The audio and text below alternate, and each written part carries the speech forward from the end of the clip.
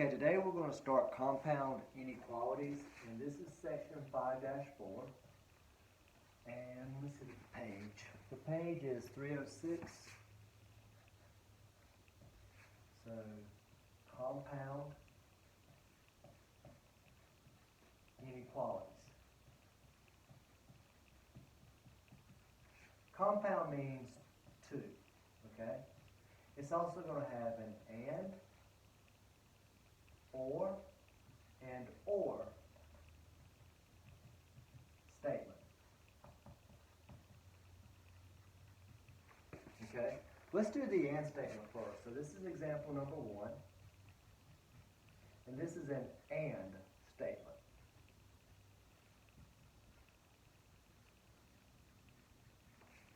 Okay, so here's the problem. We've got negative 2 is less than or equal to x.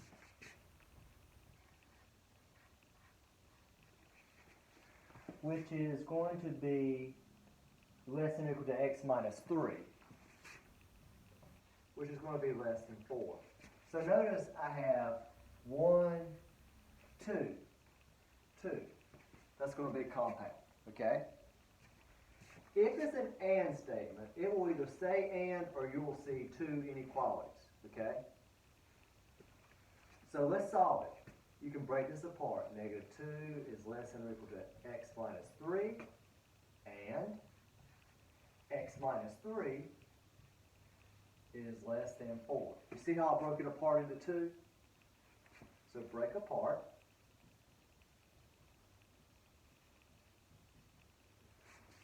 Make sure you can see that right there. Okay. Break apart. And now let's solve each of these. So I'm going to add 3 to both sides. Negative 2 plus 3 is 1 is less than or equal to x. Okay. And then I'm going to add 3 to both sides. And that means x is less than 7. So these are my two answers. I'm not graphing it yet. Okay? Push them back together. Now push back. Push together. So what I'm going to have is that x is going to be in the middle. 1 is less than or equal to x, which is less than 7. See how x is in the middle? So then you would write x slash x. Hold on. I think it's just x slash. Let me double check.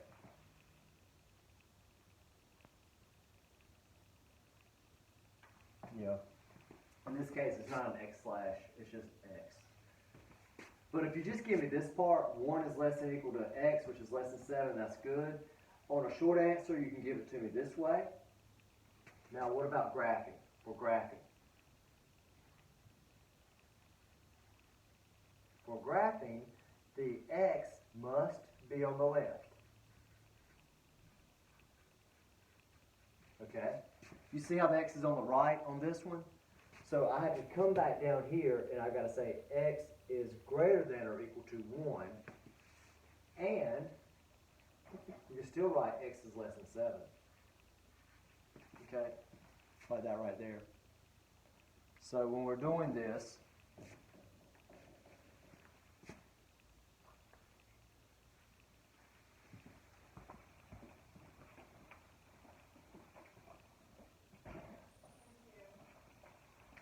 okay, so you see how I changed it right here, and then I didn't change this because it's on the left, so just go ahead and graph it.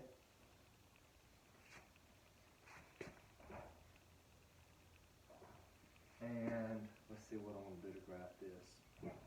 I'm going to put the 7 right here, and what's the other number, the 1? So there's 0, and so 1 right there, all right?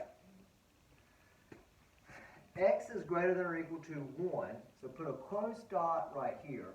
X is less than 7, it's an open dot right here, so they're going to join. And that's the way it graphs. Looks a little odd, strange, you haven't seen that before, but that's the way this graphs, okay? That's the way a compound would graph that way. Closed dot over the 1, but open dot, one goes left, one goes this way, and then join, okay? So that's how you would graph that. All right, let me show you a different one. And this would be example 2. This is with the OR statement. So I'm going to erase this.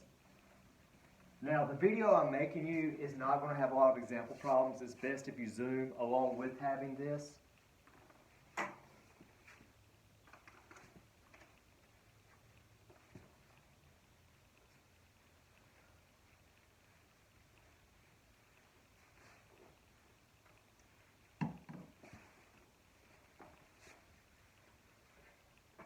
Okay, if I keep my pen up.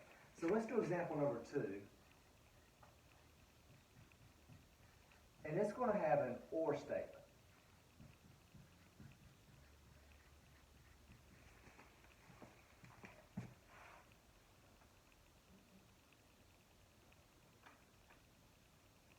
All right, trying to find this, I guess, trying to look for one.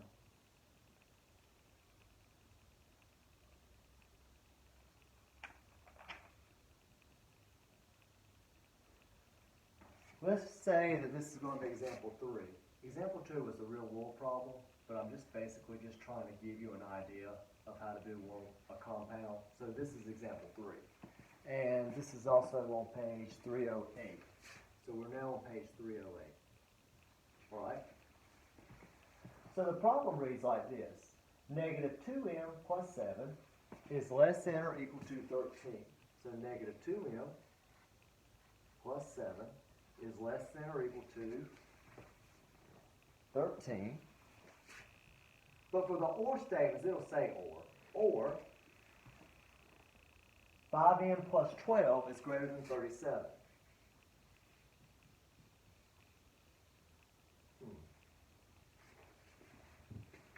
Wet right here. You can see how dirty this rag is. Definitely needs to be washed. I don't have another in front of me, so I'm just going to have to make do. Oh my goodness. Okay, or, let's start again. 5m plus 12 is greater than 37.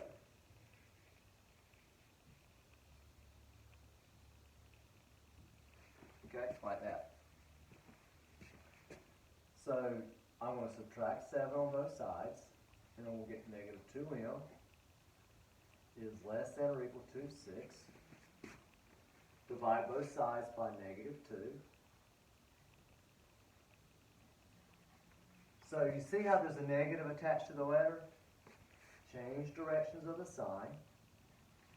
Okay, that's one answer. Or 5m plus 12, subtract 12 on both sides. And so we get 5m is greater than 25. Divide both sides by 5. And m is greater than 5. No negative attached to the letter. Variable on the left, so that's good there. Now let's see how we would show this as far as the set notation. We would simply, hold on, I'm looking. Could write,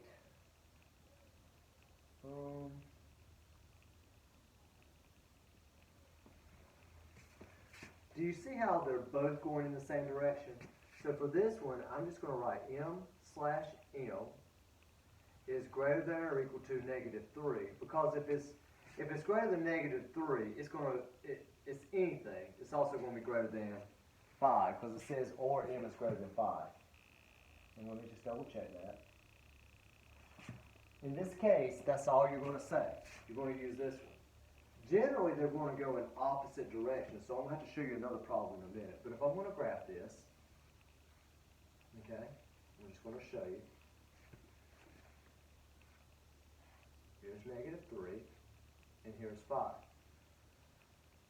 Well, it's greater than or equal to, so there's a closed dot over negative 3. Well, since it's also greater than 5, it's just going to come across and it's just going to keep going.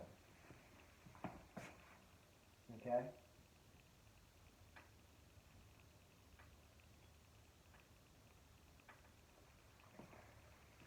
This is not typical.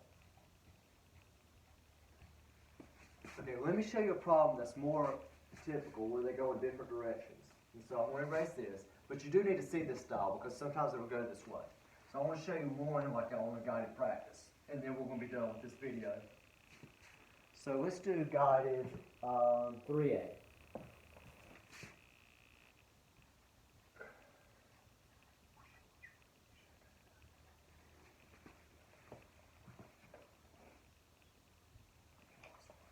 So we have a plus 1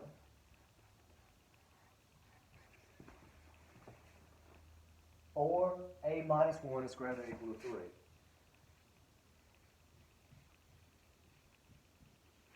Okay?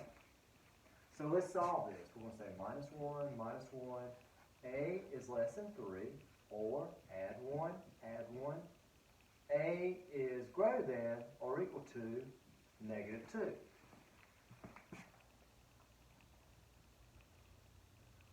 Let me double check that. Okay, so I made a mistake here. Y'all fix it. It's just a positive 3, so that will give me 4 for an answer. 3 plus 1 is 4. That should have been a positive 3. Let's think about it. A is less than 3. How can A be less than 3 and greater than or equal to 4? Because it says the word or. Okay, it can be either or. So in this case, they're going in two different directions. The letter's on the left. There was no negative attached to it, so I can go ahead and graph it. So I have 0, I've got 3, let's say 4, but this says less than 3. Okay, this says greater than or equal to 4. So you see how they're going in two different directions when I graph it? This is most common.